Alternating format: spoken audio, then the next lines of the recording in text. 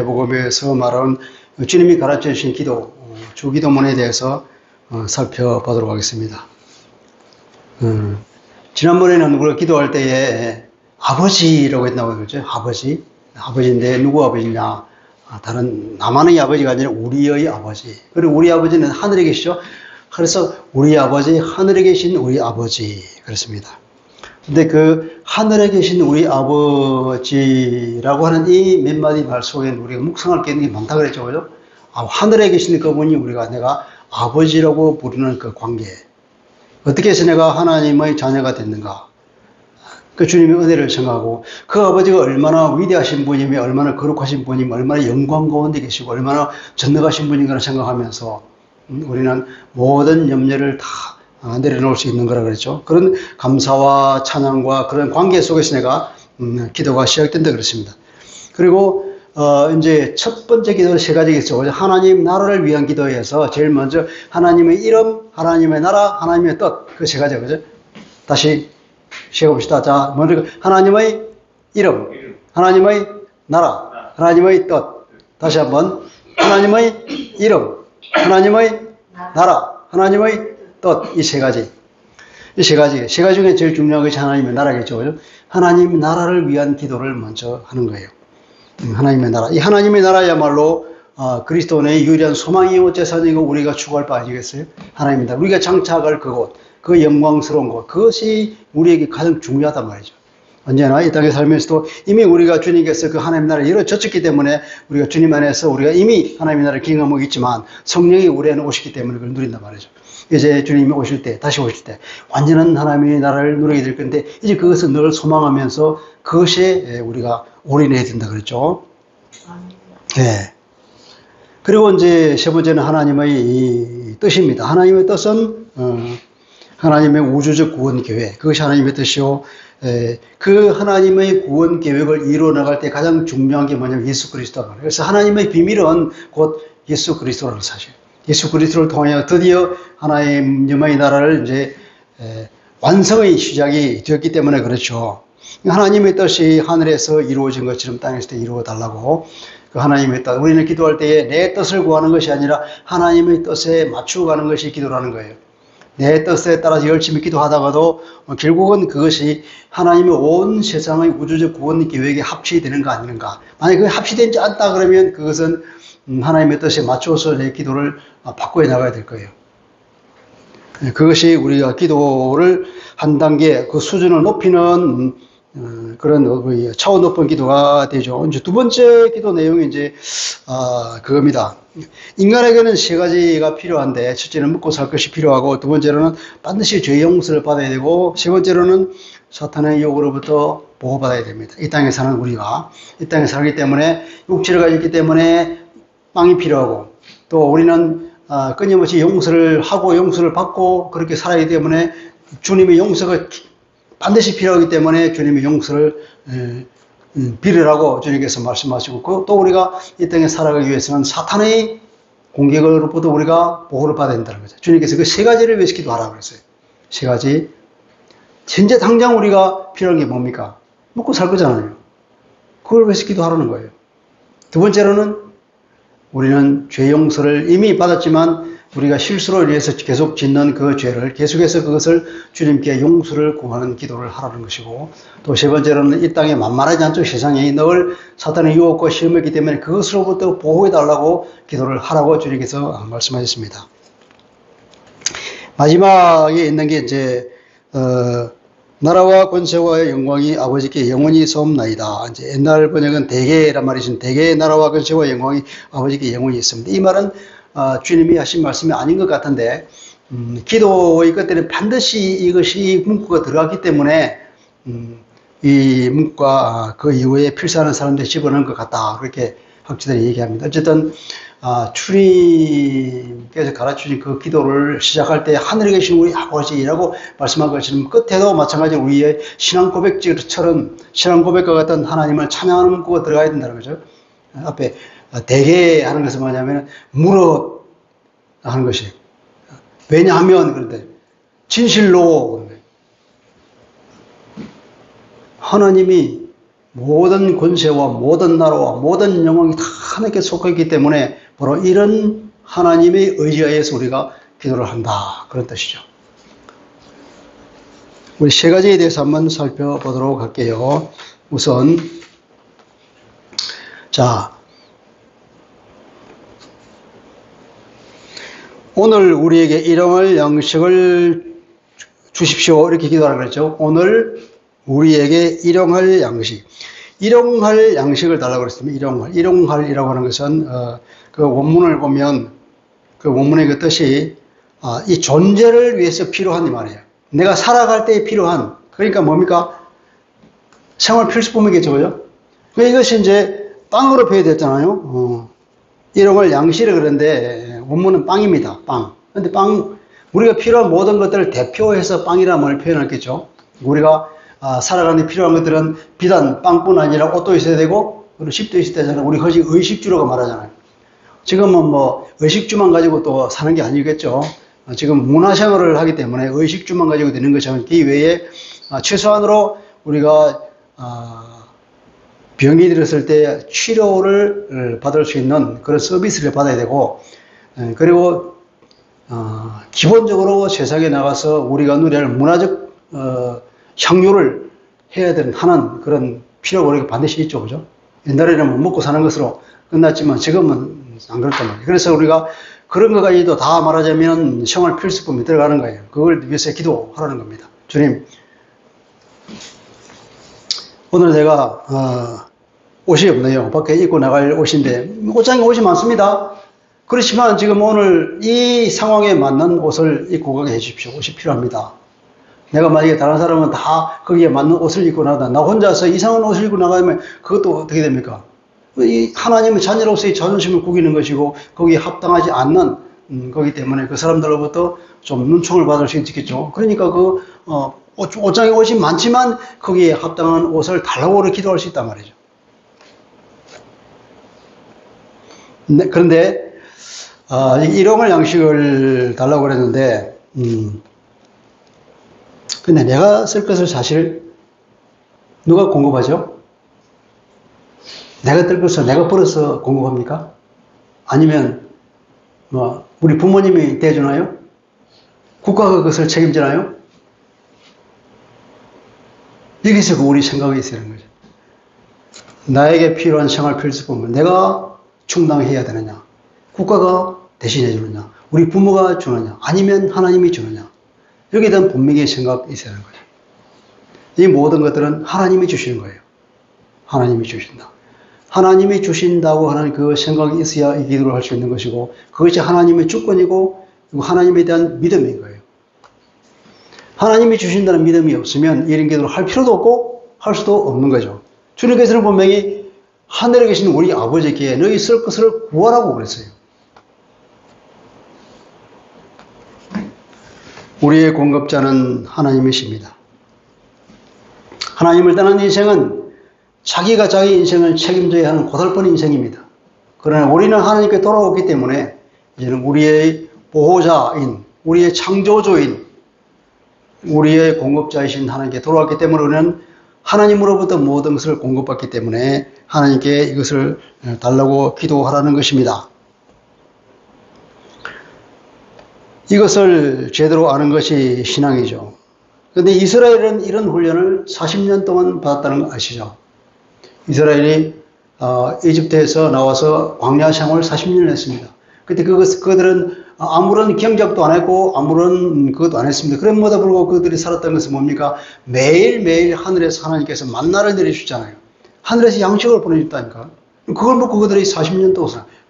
하루도 이틀도 아니고 한 달, 두 달, 1년이 있다니 무려 40년 동안이나 정확히 40년 동안을 하늘에서 계속 피로를 내려주셨다니까요. 그런데 그것을 뭐 한 달 분씩 줬느냐, 일주일 분씩 줬냐? 아니에요. 그날 걸 매일매일 주었다는 거예요. 그러니까 사람들이 오늘도 역시 하나님이 우리에게 뭘 주시는구나. 오늘도 주시는구나. 오늘도 주시는구나. 그걸 40년 동안 훈련했으니까 얼마나 그들이 철저하게 우리의 공급은 하나님이 주신다는 걸 알았겠어요. 그들에게 믿음을 훈련하기 위해서 너희들을 먹이는 것은 바로 누구도 아닌 나라고 하는 것을 하나님께서 가르치셨단 말이에요. 그러니까 주님께서는 이후에 이 기도가 끝난 뒤에 무려 3번씩이나 걱정하지 말아라는 말이에요. 우리가 25절 한번 읽어볼까요? 25절. 그러므로 내가 너희에게 이르노니 목숨을 위하여 무엇을 먹을까 무엇을 마실까 몸을 위하여 무엇을 입을까 염려하지 마라. 염려하지 마라 그랬죠. 28절도 보면 또 너희가 어찌 의복을 위하여 염려하지 말라는 거죠. 31절도 보세요. 그러므로 염려하여 이르기를 무엇을 먹을까 무엇을 마실까 무엇을 입을까 하지 마라. 염려하지 마라. 하나님께서 너희 필요한 것을 다 주신다는 것입니다. 염려는 바로 하나님을 불신앙하기 때문에 하나님에 대한 믿음이 부족하기 때문에 염려가 생겨나는 것입니다. 두 번째 우리가 볼 것은 또 이것은 공동체를 위한 기도이기 때문에 반드시 우리란 말이 들어갑니다. 우리.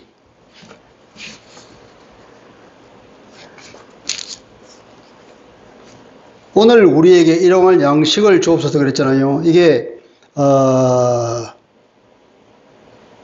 원문에 보면은 우리에게 일용할 양식, 우리들의 빵을 우리에게 주소서 그랬어요. 우리들의 빵을 우리에게 달라고. 그러니까 나 혼자만 달라는 것이 아니라 우리에게 달라고 그랬다니까요. 그리스도인들은 홀로 독불장군으로 사는 게 아니에요. 반드시 하나님 백성들은 하나님 백성들로서의 공동체를 이루고 살아가는 거예요. 세상과는 구별된 사람으로서 하나님의 뜻을 이루는 한 공동체로서 사는 겁니다. 우리 가족들이 다 배고픈데 나 혼자서 배불리 먹는 게 기분 좋은 사람이 있겠습니까? 가족들이 다 배불리 먹어야 내가 먹어도 기분이 좋고 배가 부르지. 나 혼자 먹는다고 했는데 누가 그걸 아무리 배가 부른다 한들 기분 좋을 사람 누가 있겠어요? 그런데 이 가족 공동체를 더 넘어서서 교회 공동체로 그리고 예수 공동체까지 이렇게 우리라고 하는 개념이 확장돼야 한다는 거죠. 자, 출애굽기 16장에 보면 이런 말이 있습니다. 하나님께서는 제가 만나를 내려주실 때 뭐라고 말씀하시냐면 여호와께서 이같이 명령하시기를 너희 각 사람은 먹을 만큼만 이것을 거둘지니 곧 너희 사람 수효대로 한 사람의 한 오멜씩 거두되 각 사람이 그 장막에 있는 자들을 위하여 거둘지니라. 자, 사람 수효대로 한 사람이 한 오멜씩. 그런데 사람 10명이면 10호멜을 거둬가면 된다는 거죠. 그런데 누가 거둬가야 된다고요? 각자가 다 나와서 자기 것을 가져가야 됩니까? 아니에요. 장막에 있는 사람들의 수요에 맞춰서 가져가는 거예요. 장막에서 몸이 불편해서 밖에 나오지 못하는 사람도 있고 아픈 사람도 있을 테니까 그 사람들을 위해서까지도 다 가져가는 거예요. 네 것만 가져가는 것이 아니라 장막에 있는 사람, 가족들이 필요를 다 가져가는 거예요. 그것이 넓어진 뭡니까? 우리 공동체 전체, 하나님 백성 전체의 일용할 양식을 달라고 우리가 기도해야 된다는 것입니다. 이게 마태복음 25장에는 양과 염소 비에 나와 있잖아요. 한쪽은 구원받을 사람 양떼들, 한쪽은 지옥 갈 사람 이제 염소떼를 이렇게 모으는데 하나님께 주님께서 명령을 선포를 합니다. 야, 너 참 착하다. 내가 배고플 때 네가 먹을 주고 내가 굶주릴 때 내가 돌봐주고 내가 감옥에 갇혔을 때 네가 나를 찾아와서 위로해 줬다. 그리고 아니 주님 내가 언제 그랬습니까? 나 그런 거 주님께서 한 적이 없습니다. 그러니까 네가 말이야 비록 보잘것 없는 한 사람에게 그런 자선을 베푼 것이 곧 나에게 한 것이다. 그렇게 말하는 거죠. 이쪽에서는 너는 그렇게 하지 않았기 때문에 너는 지옥에 간다. 아니 주님 내가 언제 주님을 대접하지 않았습니까? 너는 비록 작은 사람이지만 그 한 사람에게 자비를 베풀지 않은 것이 곧 나에게 나를 거절하는 것과 마찬가지다. 그렇게 주님이 말씀하신다. 이 공동체가 나만 먹고 사는 것이 아니라 내 이웃을 내 이웃의 것까지 우리 가족 공동체라는 그 가족 개념을 확장시켜야 된다는 거예요. 주님의 말씀이 그런 것입니다. 세 번째는 보면 오늘이라고 했습니다. 오늘 우리에게 달라고 그랬죠. 오늘 필요한 것은 오늘 달라는 겁니다. 내일 필요한 것을 오늘 달라는 것도 아니고 오늘 필요한 것은 오늘.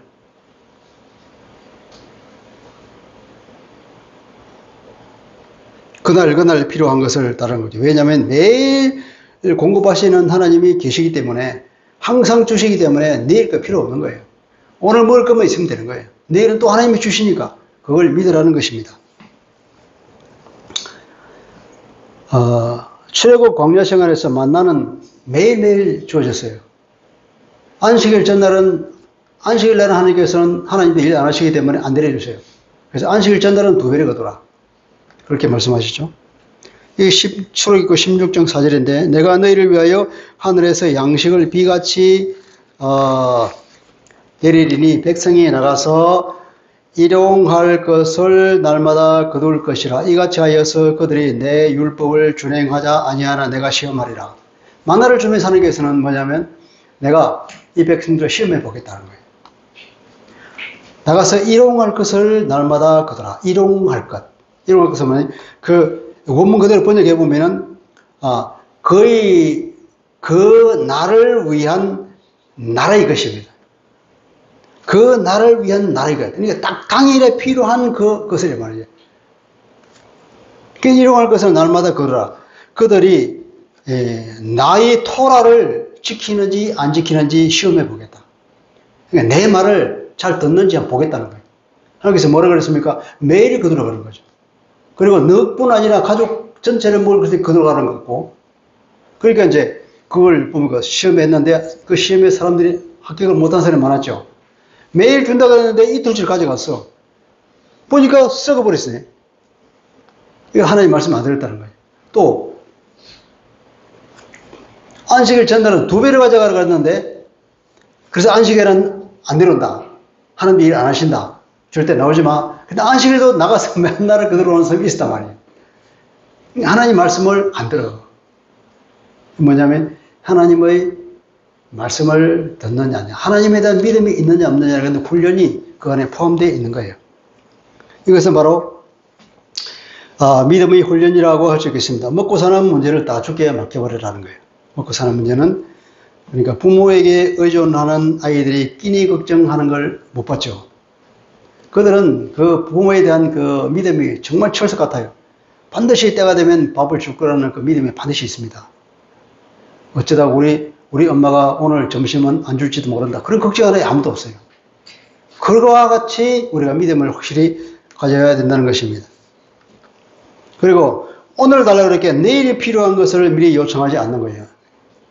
쌓아놓는 그런 탐욕을 경계하기 위해서 하나님께서 그렇게 우리가 말씀하십니다. 매일 주십니다. 내일 모레 한 목에 일주일 한 달째 빙빌 걸 쌓아놓는 그런 탐욕을 잘 컨트롤하라고 하나님께서 매일매일 필요한 것들을 달라고 주시고 그렇게 달라고 기도하라고 주님이 말씀하신 거죠. 이것도 마찬가지로 출애굽기 16장 19절에 보면 모세가 그들에게 이르길 아무든지 아침까지 그것을 남겨두지 말라 하였으나 그렇게 모세가 말했다는 거죠. 그러니까 공급자요 우리의 보호자는 하나님이라고 하는 그 믿음에 대한 훈련이 바로 이 일용할 양식에 들어있다는 것이고 또 인간의 탐욕을 제한 훈련이 바로 이런 일용할 양식에 들어있다는 것입니다. 이 욕심도 사실은 불신앙에서 오는 것이죠. 하나님이 안 줄지도 모르니까 내가 미리 챙기겠다는 그런 마음이잖아. 하나님은 한 달씩 우리를 먹이고 입히고 보호해주고 다 주신다는 믿음이 있으면 뭐하러 그걸 챙겨놓고 있겠어요. 그걸 관리하기도 힘든데. 이게 탐욕을, 욕심을 우리가 제어해야 돼요, 욕심. 이 세상 욕심 때문에, 세상 욕심에 넘어가지면 우리가 하나님 나라에 대한 관심이 사라지게 돼 있어요. 세상에 집착하면 하나님 나라에 대한 관심이 사라져요. 하나님 나라에 대한 관심이 사라지면 그것처럼 우리가 불행한 거 있는 거죠. 하나님의 백성이 하나님 나라에 대한 관심을 가지고 거기에 더 많은 소망을 가지고 더, 만족하고 행복을 느끼게 되는데 이 세상에 대한 집착을 가지게 되면 힘든 것밖에 없단 말이에요. 스트레스가 쌓이고 서로 경쟁하고 뺏고 싸우고 하니까 힘든 거죠. 욕심을 버리라 하는 겁니다. 욕심이 가득하면 하나님 나라의 일을 할 수가 없습니다. 내게 공급된 것을 쓰지 않고 창고에만 쌓아두기 때문에 그렇습니다. 그리고 이 매일매일의 양식을 위한 기도를 매일매일 이렇게 함으로써 우리가 하나님과 나 사이에 친밀한 관계가 더 깊어지는 거죠. 주님, 오늘도 필요한 양식을 내려주십시오. 오늘 아침에 내가 눈을 떴으면 오늘 하루도 먹고 살 것을 주님 공급해 주시고 우리가 필요한 것을 주시고 또 우리를 보호해 주십시오. 이렇게 기도를 할 때에 계속 그 기도를 하니까 어떻게 돼요? 하나님과 나와 그러니까 계속 그 관계가 깊어지는 거죠. 마치 어린아이와 엄마가 그 관계가 점점 깊어지는 것처럼 그런 깊은 관계로 들어가게 되는 거죠. 이것이 이제 우리가 일용할 양식을 위해서 기도하라는 주님의 말씀이고, 두 번째로는 이제 주님께서 뭐라 그랬습니까? 우리가 우리에게 죄 지은 자를 사하여 준 것 같이 우리 죄를 사하여 주시옵고 그랬습니다. 그러니까 우리의 죄를 용서해 달라고 하는 기도를 하라고 했죠. 근데 앞에 단서가 있어요. 우리가 우리에게 죄 지은 자를 우리가 용서해 준 것 같이 하나님 그렇게 우리의 죄도 용서해 주세요. 이렇게 기도하라는 거예요. 이거 보면 마치 뭡니까? 하나님이 우리의 죄를 용서해 주시는 것은 내가 다른 사람을 용서해 주기 때문에 그 전제 조건으로 하는 것입니까? 그런 건 아니에요. 주님께서 십자가를 지신 것이 뭐 우리가 누구와 개별적으로 나와서 회개했기 때문에 주님께 십자가를 지셨습니까? 아니잖아요. 인간 전체를 보고 하나님께서 불쌍히 여기서 도저히 이들에게 방법이 없다. 그래서 그 죄를 스스로 해결해 줘야 되겠다 하고서 당신이 스스로 당신의 아들을 보내서 십자가에서 그 죄를 대신 짊어지고 죄에 대한 심판을 저주를 받으셨잖아요. 그리고 그 구원의 문을 다 깔았어요. 그리고 그 예수 그리스도 그렇게 하나님께서 우리를 구원하시고 있는 그 계획과 그 마음을 받아들이면 우리의 죄를 용서받는다는 거예요. 그 전제는 뭐냐면 그 주님의 십자가를 보고 내가 죄인이라는 것을 깨닫고 내가 회개하는 걸 전제로 하는 거예요. 그 주님의 십자가를 보고 주님께서 나를 위해 저렇게 죽으셨구나. 내가 정말 보니까 내가 죄인이네. 주님이 죽지 않으면 안 될 정도로 하나님의 아들이 죽어야 할 정도로 내 죄가 정말 심각하네. 반드시 내가 이 죄를 해결받아야 되겠네 하는 그런 마음을 가지고 회개함으로써 주님을 영접할 때에 그때 내 죄가 해결받고 하나님의 자녀가 된다는 것입니다. 그랬는데 왜 우리가 또 이웃을 용서를 한 것 같이 내 죄를 용서해 달라고 하나님께 기도할까요? 기도하라고 할까요? 주님께서 이 기도를 가르치는 이 기도를 듣는 사람들은 예수 안 믿는 사람입니다. 예수님의 제자들에게 하는 얘기잖아요. 예수님의 제자들은 이미 예수 그리스도 안에서 죄 용서함을 다 받았습니다. 회개하고 하나님의 자녀가 되었죠, 그죠? 그런 사람들입니다. 그런 사람들이니까 하나님의 넘치는 은혜를 받았으니 너도 가서 내 이웃의 죄를 용서해 줘라. 그리고 너희 죄도 또 용서해 달라고 기도해라. 여기서 말하는 이 죄는 무슨 죄일까요? 이미 우리가 구원받고 난 그 이후에 짓는 죄를 말합니다. 우리가 구원받기 위한 죄를 말하는 게 아니에요. 주님께서 마지막 만찬을 하면서 세족을 제자들이 발을 씻기셨잖아요. 주님께서 돌아가면서 발을 씻깁니다. 베드로에게 왔습니다. 베드로 발을 씻으니까 주님 무슨 말입니까? 어찌 제자가 주님의 발을 씻겨야지 선생님이 발을 씻겨야 어떻게 선생님이 제자의 발을 씻습니까? 안 됩니다. 제 발을 절대 못 씻습니다. 그러죠. 주님께서 하신 말은 내가 네 발을 안 씻으면 너와 나는 상관이 없다. 그랬거든요. 그러니까 베드로가 그때 있다가 그래요? 그러면 완전 저 목욕시켜 주세요. 머리부터 막 다 전부 다 씻어달라고. 주님이 그러니까 주님께서 하신 말씀이 이미 난 목욕했지 않냐. 목욕한 사람은 이제 손발만 씻으면 돼. 그렇게 말씀하셨죠. 그게 무슨 말입니까? 예수 그리스도를 믿고 이미 모든 죄 용서를 받은 사람들은 구원을 받았다는 거예요. 목욕으로 표현한 거죠. 이미 목욕한 거야. 그러니 이제 죄 용서를 다 받고 구원을 받고 하나님의 자녀가 된 사람이 여전히 이 땅의 삶에서 죄를 짓는 것은 마치 우리가 길을 걸으면서 발에 손에 흙이 묻는 것과 같아서 손발만 씻으면 된다 이 말이에요. 요한일서 1장 우리가 예배 시작할 때마다 그러잖아요. 우리가 우리 죄를 자백하면 그런 미쁘시고 위해서 우리 죄를 깨끗하게 해주신다 하죠. 우리가 죄를 계속해서 용서하고 우리가 회개를 하라는 것은 뭐냐면 우리 구원을 받기 위해서 회개하라는 그런 얘기가 아니라 이미 우리가 구원을 받은 사람으로서 우리 연약함 때문에 짓는 매일매일 짓는 그 죄를 용서해 달라고 기도하라는 그런 얘기입니다. 그 얘기가 이 얘기인데 그 용서를 받기 위해서는 너도 이웃을 용서해라 한 거예요. 그리고 나한테 용서해 달라고 하는 거예요. 그렇게 은혜를 받았거든. 그게 주님의 말씀입니다. 사실 하나님의 사랑이란 바로 이 주님이 십자가의 사랑을 말하잖아요. 하나님의 사랑은 뭡니까? 십자가의 사랑. 왜냐하면 그 십자가를 통해서 로마서 5장 8절에 보면 우리가 여전히 죄인이었을 때 우리가 뭐 어려움고 하나님을 믿고 하는 그런 단계가 아니라 죄 가운데 빠져있고 그런 아주 하나님 보시기에 도저히 가망이 없는 그때에 주님께서 십자가를 지고 죽어서 하나님이 우리를 얼마나 사랑하는지를 그 정표로 확정적으로 보여주신 것이 주님의 십자가라는 거예요. 그죠? 그러니까 하나님의 사랑은 주님의 십자가 사랑이라고 볼 수가 있는 거죠. 그러니까 이 용서하는 사랑이 결국은 사랑의 핵심인 것이고 주님이 우리를 용서하신 것처럼 우리도 마찬가지로 그런 용서를 받았다 그러면 너도 용서하며 살아라는 거예요. 그래서 양식은 육신의 생명을 위한 거지만 이 용서는 영의 생명을 위해서 반드시 필요한 거죠. 그래서 너희 죄가 용서받을 수 있도록 기도해라 하는 거예요. 우리에게 반드시 필요한 것입니다. 용서받는 것은. 근데 주님이 뜬금없이 내가 용서받으려면 먼저 용서하고 내게로 와서 용서를 빌어라. 이렇게 말씀하신 거 참, 이게 우리가 한편으로 보면 좀 당황스럽죠. 그리고 이 단락이 끝난 후에도 또 더 강조하십니다. 우리가 13절까지 읽었잖아요. 여기까지 주님이 가르치는 기도가 끝났는데 그 뒤에 또 계속해서 말씀하세요. 14절, 15절 같이 읽어볼까요? 14, 15절 시작. 너희가 사람의 잘못을 용서하면 너희 하늘 아버지께서도 너희 잘못을 용서하시리니와 너희가 사람의 잘못을 용서하지 아니하면 너희 아버지께서도 너희 잘못을 용서하지 아니하시리라. 이렇게 강조하고 있는 거예요. 이게 보면은 진짜 그럴까?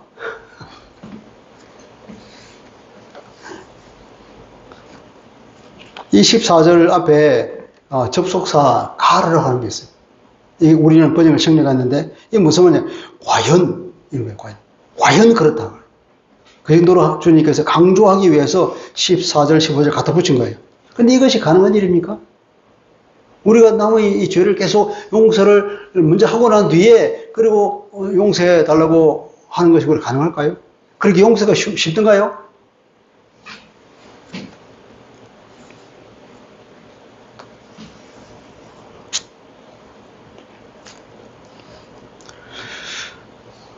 근데 이 말씀은 바로 죄 용서를 받은 제자들에게 하시는 말씀이기 때문에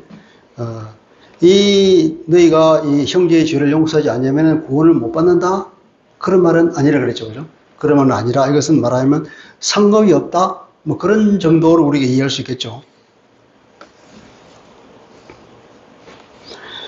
근데 이 용서에 관한 가르침은 마태복음 18장에 자세히 나와 있습니다. 주님께서 18장에 이제 아주 장황하게 얘기를 하는데 제일 먼저 18장에 보면 어린아이가 나옵니다. 어린아이가 나오면서 주님께서 이 어린아이와 같이 자기를 낮추지 않는 자는 결단코 천국에 들어오지 못한다. 천국에서 큰 자는 바로 이 어린아이처럼 자기를 낮추는 자가 천국에서 큰 사람이다. 이렇게 주님이 말씀하시고, 근데 이 어린아이는 주님 어린아이를 이렇게 했는데 제자들 앞에 딱 내세우는데 그 어린아이를 통해서 주님께서 보여주고자 하는 게 뭐냐면 어린아이는 연약하잖아요. 어린아이는 연약해서 의존적이고 아주 미성숙했거든요. 그러니까 믿음이 좀 부족하고 또 어떻게 보면 실수도 많이 하고 그런 사람이에요. 근데 그런 사람이지만 이 어린아이처럼 자기를 낮추는 자, 그것이야말로 천국에서는 큰 자라 그러고 주님께서 나중에 결론적으로 말씀하시기를 14절에 가면, 그 18장 그 얘기를 하면서 14절에 가면 이 어린아이 하나라도 실족하지 않고 모두 구원하는 것이 하나님의 뜻이라 그래요. 하나님의 뜻은 뭐냐면 믿음이 아주 연약하지만 그러나 그 한 사람조차도 다 실족하지 않고 다 한 천국에 들어와서 다 구원받는 그것이 하나님의 뜻이라는 거예요. 그러면 이 어린아이에 대해서 우리가 어떻게 해야 되겠습니까? 어린아이와 같은 그런 신앙을 가진 사람, 실수 많은 사람, 죄 많이 짓는 사람, 그런 사람에 대해서 우리가 어떻게 해야 되냐? 용서하라는 것입니다, 주님이. 그리고 15절, 16절, 17절에는 이제 교회 공동체에서 죄를 짓는 형제에 대해서 우리가 어떻게 해야 될 것인가 말하고 있죠. 그럼 죄를 짓는 무조건 용서하라는 얘기 아니란 말이에요. 무조건 용서하는 게 아니라 15절 보면 죄를 지었으면 나가 조용히 찾아가라. 1대1로 만나서 조목조목 네가 너 잘못한 걸 얘기하고 그거 회개할 수 있도록 하라는 거예요. 만약에 그 말을 안 들으면 어떡하느냐. 너 혼자 가지 말고 몇 사람 데려가라. 이제 여러 명이 들어가서 얘기하는 거예요. 네가 이런 잘못했고 이런 잘못했다. 그것은 네가 잘못 고쳐라. 그리고 회개해라. 그거 잘못했다고 사과해라. 이렇게 말했을 때 그가 그 얘기를 듣고 아 그래 내가 잘못했네. 그리고 자기가 회개하고 사과하고 용서를 구하면 그건 뭐 그렇지 구하면 용서해주면 되는 거예요. 그래도 안 된다. 그럼 어떻게 하라고 그랬습니까? 교회 공동체 안에 데려와서 공동체 앞에서 공개적으로 대놓고 네 잘못을 시인해라. 회개하고 사과해라. 그렇게 말하는 거예요. 그래도 말 안 들으면 어떻게 하라고 했습니까? 쫓아내라는 거예요. 출교. 주님께서 그렇게 말씀하셨는데 그러면 용서라고 하는 말과 어떻게 다르겠습니까? 근데 우리 사실은 용서하는 게 참 쉽지 않잖아요. 뭐 사소한 것에 대해서 그냥 뭐 쉽게 용서가 되겠지만 정말로 근데 우리 가족이 어떤 사람이다 몰살을 당했다 칩시오. 그 사람이 용서가 되겠습니까? 뭐 용서는 그렇게 쉽게 말할 수 있는 게 아니죠.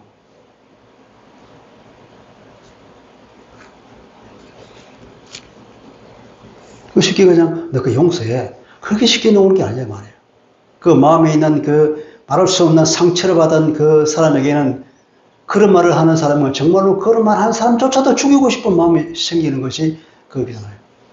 우리는 다른 사람에게 용서를 주님 외에는 용서하라고 말을 감히 못해요. 그리고 또 우리가 여기서 봐야 할 것은 조금 전에 주님께서 그 죄를 지은 그 형제에 대해서 교회에서 어떻게 처리해야 될 것을 보면 뭐냐면 아무런 근거 없이 용서하라는 말이 아니란 말이에요. 일대를 찾아가 네 잘못했으니까 사과해. 안 들으면 여름에 가서 또 얘기하고 그래도 안 되면 교회 공동체에 데려와서 공개적으로 사과하라고 그러고 그래도 안 되면 출교까지 하라고 말씀하시면서 그 죄에 대한 뭡니까? 자기가 반드시 그걸 인정하고 죄를 시인하고 사과하고 회개하는 과정이 필요하다는 거예요. 그럴 때에 우리가 용서해 주는 거예요. 그럴 때에조차도 예컨대 그런 심한 죄를 지은 사람 우리가 용서한다고 하는 그 자체도 어렵잖아요. 내 가족이 몰살을 하는 어떤 그 무도한 그 범인이 내가 정말 죽을 죄를 졌습니다. 용서해 주세요. 무릎 꿇고 빌더라도 그것을 과연 누가 쉽게 용서해 주겠냔 말이에요. 근데 우리가 아무런 과정도 없이 그냥 무조건 용서해라. 주님 그런 말씀 아니에요.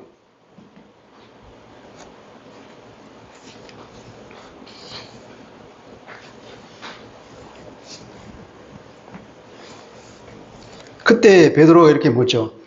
주님 우리가 몇 번 용서해주면 되겠습니까? 그 당시도 일반적으로 종교적인 그 형식에서 한 3번 정도는 용서해줘라. 그래서 종교 지도자들도 다 3번 정도는 용서해줬어요. 근데 그 자기 의로 용서해주는 거지.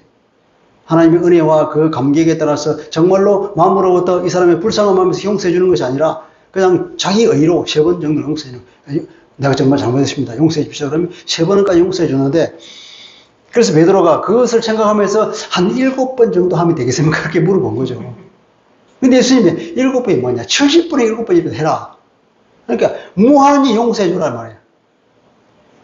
주님께서 그렇게 말씀하셨습니다. 그러면서 이렇게 말하죠. 이제 또 그 이후에 또 1만 달란트 빚진 얘기가 나오잖아요. 1만 달란트 빚진 사람이 정말 갚을 길이 없으니까 그 임금이 정말 불쌍해서 그 사람이 1만 달란트를 탕감해 줬어요. 1만 달란트가 수십조에 해당하는 돈이에요. 그런데 이 사람이 빚을 다 탕감받고 나와서 자기에게 100데나리온 빚진 사람만 자꾸 목살을 잡고 너 왜 돈 하고 빨리 갚아. 조금만 기다려주세요. 내가 다 갚겠습니다. 그렇게 얘기를 하는데도 안 갚는다고 그냥 소송 걸어가지고 감옥에 집어넣어 버렸어. 이 딱한 얘기를 듣고 사람들이 왕한테 얘기하니까 저런 배은망덕한 놈이 있나. 그래서 당장 데려와서 그 감옥에 집어넣어 버려요. 내가 너를 불쌍히 여겼으면 너도 그 사람을 불쌍히 여겨야 되지 않냐 하는 게 왕이 하는 말이에요. 주님이 하신 말씀이 그거예요. 불쌍히 여기라는 거예요. 어떤 사람이 나한테 죄를 지었는데 나하고 사과를 하면서 용서를 구한다 그러면 마찬가지로 불쌍히 여기라는 거예요. 불쌍히 여기는 것이 뭡니까? 죄 용서를 할 수 있는 원동력이 된다는 거죠. 우리가 사람을 불쌍히 여기는 마음이 없으면 어떻게 그걸 용서할 수 있는 생각이 들겠어요. 또 하나는 이 어린아이라고 했잖아요. 자기를 낮추는 자가 천국에서 크다고 했잖아요. 자기를 낮추고 내가 누군지 하나님 앞에 내 존재가 어떤 것인지를 깨달아 안 하잖아. 너 자신을 알아는 거야. 내가 어떤 사람인지를 알면 그때 용서할 수 있는 발판이 될 수 있겠죠. 나는 저 사람보다 훨씬 높은데 그런 생각을 가지면 용서 못하는 거죠. 따지고 보니까 그는 나나 마찬가지네. 그가 죄인이라고 하지만 나도 마찬가지로 훨씬 더 큰 죄인이네. 어찌 보면 그런 마음이 있을 때 많이 이 사람을 용서할 수 있고 그 사람이 나한테 사과하고 회개하고 왔을 때 내가 그걸 불쌍히 여겨서 용서해 줄 수 있다는 거죠. 그러니까 우선 내가 어린아이처럼 나를 낮추는 사람, 내 눈에 있는 들보를 볼 줄 아는 사람이 용서의 출발점이 되는 거죠. 그 사람을 불쌍히 여기는 그 마음이 용서의 동력이 될 수 있다는 얘기입니다. 여기도 마찬가지로 그래서 결론적으로 35절에 보면 18장 35절은 너희가 각각 마음으로부터 형제를 용서하지 아니하면 내 하늘 아버지께서도 너희에게 이와 같이 하시리라. 그러면서 주님께서 우리에게 말씀하시는 우리를 이제 훈련하기 위한 거예요. 그러니까 죄 용서는 교회 공동체의 훈련 과정이라는 거예요. 주님을 닮아가는 교회 공동체가 되라는 거예요. 주님이 우리를 그렇게 용서하셨으니까 너희도 마찬가지로 주님이 그려가신 거기를 훈련 삼아서 가라. 그런 이것은 아무런 조건 없이 용서하는 것이 아니고 그 사람이 나에게 잘못을 인정하고 사과하고 나에게 무릎을 꿇을 때에 드디어 그걸 용서한다는 겁니다. 그런데 주님께서는 그보다 훨씬 우리가 뛰어남았죠.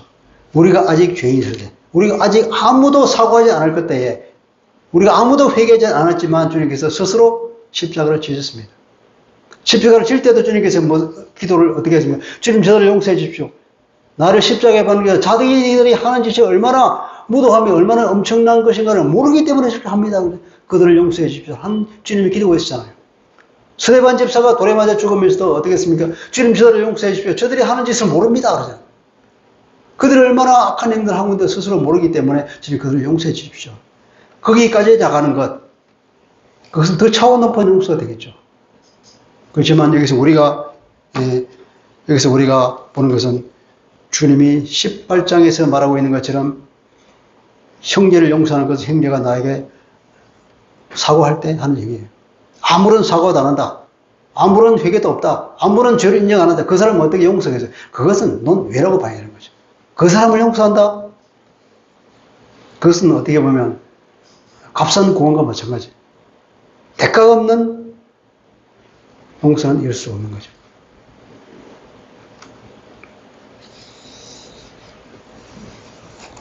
그리고 여기서도 마찬가지로 이제 우리의 죄를 용서해달라고 그랬잖아요. 우리 죄. 내 죄가 아니라 우리 죄. 우리가 이 공동체라는 인식을 가져야 돼요. 그러니까 한국인을 보면 그것은 내 죄가 아니에요. 내 잘못 아니에요. 나하고는 아무 상관이 없다고. 그런 생각을 지향하고 교회 공동체 안에서 형제가 지은 죄를 내 죄라는 인식을 가지고 그 죄를까지도 용서해달라고 하나님께 기도해 하라는 것. 그것까지 얘기해 보겠습니다.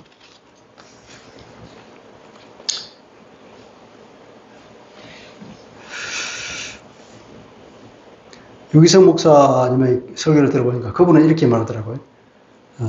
부모가 되어 보면 알잖아요. 부모는 그 자녀의 잘못을 얼마나 많이 용서합니까? 수도 없이 용서하죠. 얼마나 많은 잘못을 용서하는지 알 수 없을 정도로 많이 용서하죠. 그러니까 여러분들 이미 용서의 선수입니다. 그렇게 말하고 있더라고요. 이미 여러분은 용서의 선수입니다. 자녀를 키워본 사람들은. 그러니까 부모는 용서의 선수라고.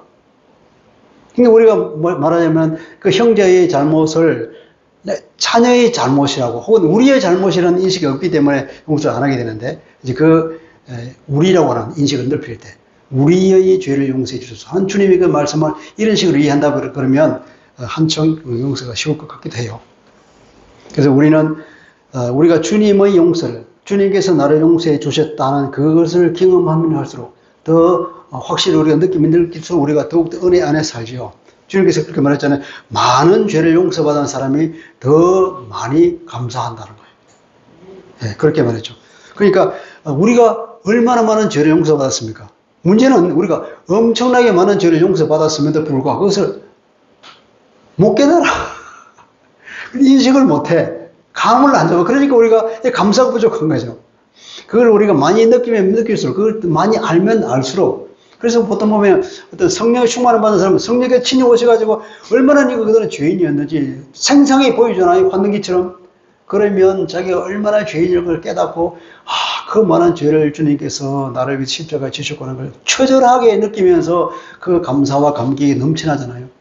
그 감격이 넘칠수록 그럼 그 사람은 은혜가 넘치는 거예요. 그렇게 은혜가 넘치면 용서해 줄 수 있는 능력도 생기는 거죠. 용서는 사실 우리가 할 수 있는 게 아니고 우리 안에 주님이 계시기 때문에 할 수 있는 거죠. 주님이 우리를 통해서 용서해 주고, 그러면서 우리는 또 더 주님을 경험하게 되고, 그러면 또 우리가 더 용서할 수 있게 되고, 그러니까 그게 선순환이 되면서 우리의 믿음이 자라나는 것입니다.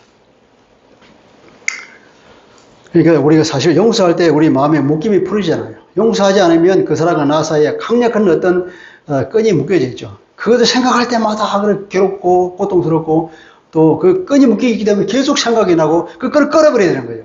어떻게 끊느냐? 용서만이 끊을 수 있는 거죠. 내 영혼이 살아나는 거죠. 그래서 우리는 용서하면서 사실 주님을 만나죠. 왜냐하면 주님께서 얼마나 큰 고통을 십자가에서 당했습니까? 그 조롱과 그 치욕과 모욕을 당했는데 우리가 용서함으로써 그것을 주님의 마음을 이해할 수 있죠. 그러니까 달리 말하면 또 이제 용서는 우리가 용서 받는 것만 은혜가 아니라 우리가 용서하는 것도 사실 은혜의 특권이라고 말할 수 있다는 거죠. 그래서 우리가 이 용서라고 하는 것이 고통스럽지만 우리 이 기도를 하라는 겁니다. 주님께서. 기도하라. 그리고 기도하려면 나도 용서해라. 그렇게 말합니다. 우리의 죄라는, 남의 죄가 나의 죄라는, 우리의 죄라고 하는 그런 어떤 그것을 볼 수 있는 영적인 눈이 또 제대로 우리가 기도를 해야 될 것이고, 또 그리고 이것을 긍휼히 이길 수 있는 마음을 달라고 기도해야 되겠죠. 이것이 주님이 걸으셨던 길이고 우리가 공동체로서 걸어가야 하는 훈련이기 때문이라는 것입니다. 자, 세 번째, 시간이 많이 갔네요. 세 번째로는 뭡니까? 우리를 시험에 들게 하지 마옵시고 다만 악에서 구하옵소서 그랬죠. 시험에 들게 말라. 그리고 악에서 구해달라는 두 가지 기도입니다. 시험과 구원에 관한 기도인데, 신앙생활을 하다 보면 끊임없이 시험이 오잖아요. 시험은 두 가지겠죠. 시험. 우리를 이렇게 학교에서 시험 보듯이 그런 테스트하는 그런 시험이 있는가 하면 사탄이 우리를 너무 때리려고 유혹해서 이렇게 빠뜨리고 넘어지려고 하는 그런 시험도 있죠. 근데 사실 현실에서 당할 때는 그 시험이 우리는 어떤 건지 몰라요. 동일한 시험이도 하나님이 보실 때는 우리가 시험이 되지만 사탄이 볼 때는 그것이 유혹이기도 하죠. 그러니까 욥에게 볼 때 욥이 하나님께서 그 시험을 허락했잖아요. 그럼 하나님 볼 때는 그건 그 유익을 주게 한 시험이에요. 그런데 사탄은 뭡니까? 욥을 어떻게, 욥이 신앙이 성장하도록 그렇게 한 건가요? 아니잖아요. 욥을 완전히 무너뜨려서 하나님 볼 때 보십시오. 내 주장이 옳잖아요. 그걸 증명하기 위해서 그렇게 하는 거잖아요. 우리는 몰라요. 그것이 하나님이 주시는 시험인지 사탄이 주는 유혹인지. 현실에서는 구분이 안 되는 거죠. 그런데 어떤 것이든 간에 반드시 모든 시험은 하나님이 허락하지 않는 것은 없는 거죠. 욥의 시험에서 볼 때도 뭐냐면 하나님이 욥을 유혹하는 건 아니지만 그 시험을 허락한 것은 뭐냐면 욥으로 하여금 신앙이 성장하도록 하기 위한 유익을 주기 위해서 그렇게 한 거기 때문에, 만약에 욥이 이 사실을 알았다면 그렇게 억울하지 않았을 거예요. 우리가 이 사실을 안다 그러면 우리의 닥쳐오는 시험, 어려움, 이것을 우리가 훨씬 한층 더 쉽게 넘어갈 수 있을 거예요. 이 시험은 하나님이 허락하신 거야. 하나님 허락하시고 또 뭐냐면 나에게 유익을 주게 살아가시고 하나님 허용하셨고, 그것은 하나님이 다 아시는 거야. 모르는 거야. 하나님 알고 계셔. 보고 계셔. 하나님이 이 사실을 주시하고 있다. 그리고 절대로 나는 넘어지지 않아. 왜냐하면 하나님이 나를 보고 계시기 때문에. 그냥 보고 있는 거예요. 내가 이것을 끝까지 견디고 이기는 것을 하나님이 보시기 위해서 주시하고 있다는 거예요. 그걸 알면 우리가 한층 더 시험을 견디기가 쉽겠죠. 그죠? 인식이 중요하다는 거예요. 그래서 우리가 기도해야 됩니다. 우리를 시험에 들게 하지 마십시오 하는 기도를 해야 된다는 겁니다. 시험을 들게 하지 마시오. 이렇게 원어를 보면은 들게 하는 거예요. 데리고 들어가는 거예요. 우리를 시험으로 데리고 들어가지 마세요 하는 거예요. 하나님은 우리를 시험으로 데리고 들어갑니까? 아니죠. 그러니까 사탄이 우리를 넘어뜨리려고 시험으로 데리고 들어가는 것을 막아주세요 하는 거예요. 내가 그것을 알아차리고 사탄의 속임에 넘어가지 않도록 나를 도와주세요 하는 거죠. 내가 그것을 이길 수 없으면 그 사탄을 쳐서 힘을 빠뜨리고 내가 그것을 소나기에서 빠져나오게 해주세요 하는 그런 기도가 있죠. 어쨌든 그 시험에 내가 빠지지 않도록 그렇게 해달라는 기도를 하라고 주님 말씀하십니다. 예. 시험은 항상 있습니다. 베드로의 예를 보면 주님께서 베드로에게 여러 차례 경고했거든요. 사탄이 너를 공격하는구나. 사탄아 물러가라. 그리고 마지막에 보면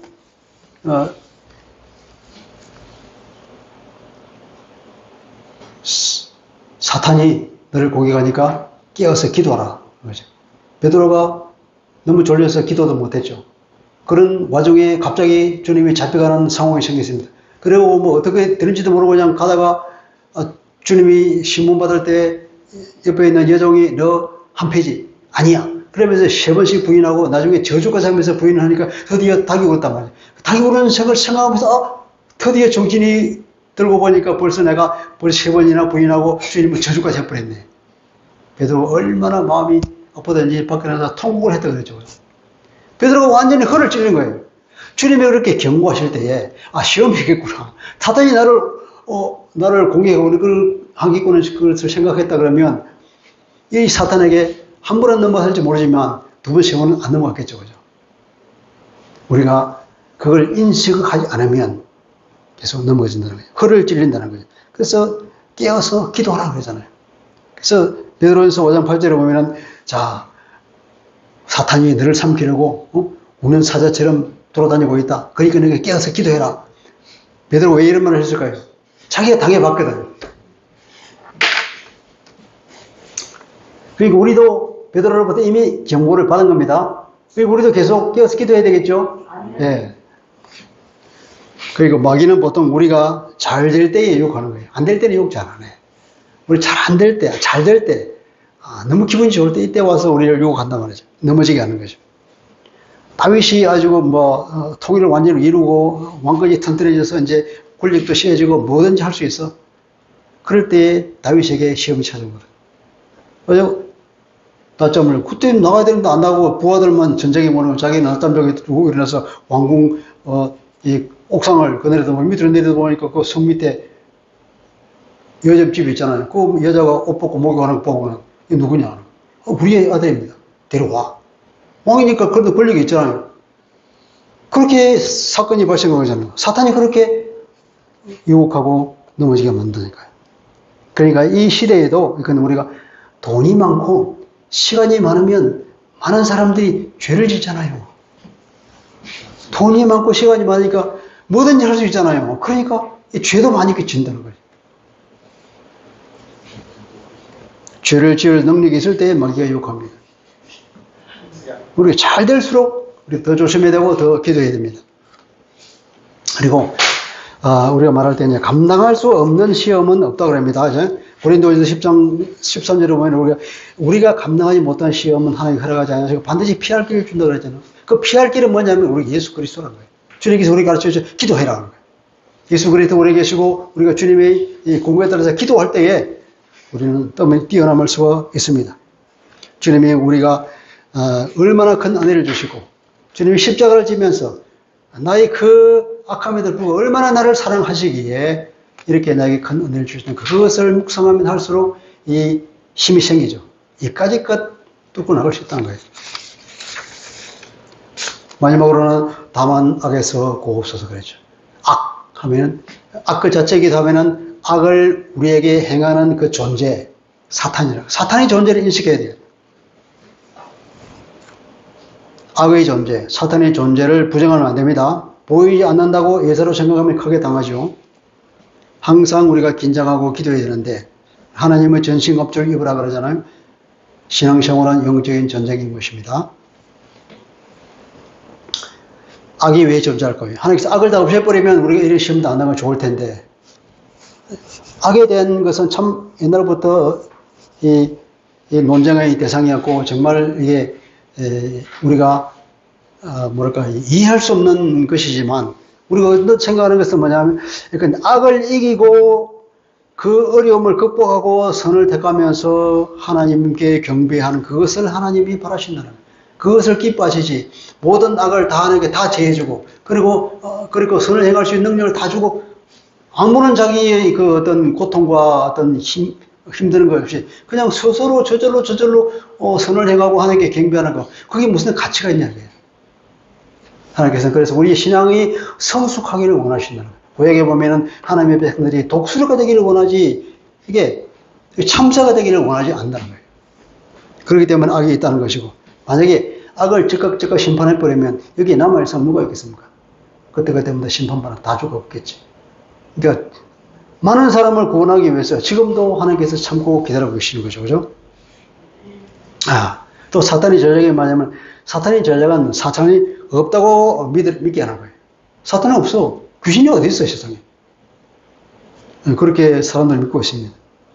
또 영적인 무지와 혼란으로 사람을 인도합니다. 온갖 거짓말을 다 하면서 온갖 이설과 온갖 종교를 만들어내서 그럴듯하게 포장하니까 뭐 사탄이 없는 것처럼, 심지어는 뭐 도깨비도 예쁜 것처럼 그렇게 사람을 만들어내죠. 근데 이 악이라고 하는 것이, 사탄이라는 것이 뭐 특정한 사람에게 들어있을까요? 이 살인죄를 저지른 사람, 무도한 사람, 그런 사람에게만 악이 있을까요? 주님께서 우리에게 말씀하셨잖아요.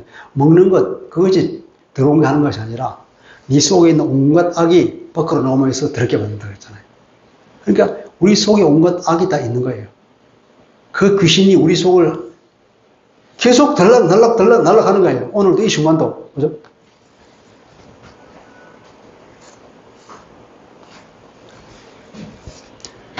그러니까 이 악이라고 하는 것은 특정 이념에 있는 것이 아니라 우리에게도 늘 악이 들락거리기 때문에 그래 인식하고 그것을 기도해야 된다는 겁니다.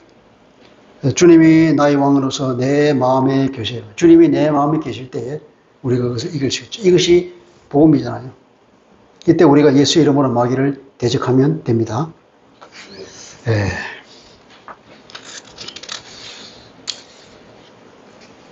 세 가지였죠. 일용할 영칙과 용서와 그리고 시험과 유혹을 이기고 구원해달라고 하는 이 세 가지에 대해서 주님께서 가르쳐 주신 기도는 우리가 꼭 필요하고 우리가 해야 하는 기도 내용입니다. 우리는 먹고 살아야 하고 죄 용서를 받아야 하고 그래서 또 우리가 용서해야 되고 사탄의 유혹을 이기고 악에서 구출을 받아야 합니다. 이러한 보호를 주님께 간구하는 사람이 됩시다. 기도만이 살 길입니다. 그래서 주님을 주인으로 우리 왕으로 모시고 모든 어려운 일을 기도로 돌파하는 그리스도인이 됩시다. 기도하겠습니다. 좋으신 하나님 아버지, 오늘은 주님께서 가르쳐 주신 기도의 후반부를 보았습니다. 우리는 반드시 세 가지가 필요합니다.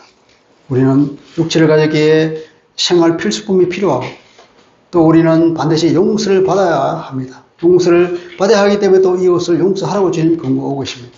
그리고 우리는 이 세상에 살면서 이 만만한 세상에서는 늘 사탄이 우리를 넘어뜨리러 왔기 때문에 그 사탄의 유혹으로부터 우리가 보호를 받아야 되고 그 악에서 구출을 받아야 합니다. 이것을 위해서 늘 기도하라고 했으니 주님, 우리가 주님을 왕으로 우리에게 모시고 예수 그리스도 이름으로 악한 자를 꾸짖어내면서 늘 승리하는 사람이 될 수 있도록 은혜 베풀어 주옵소서. 예수 그리스도 이름으로 기도합니다. 아멘.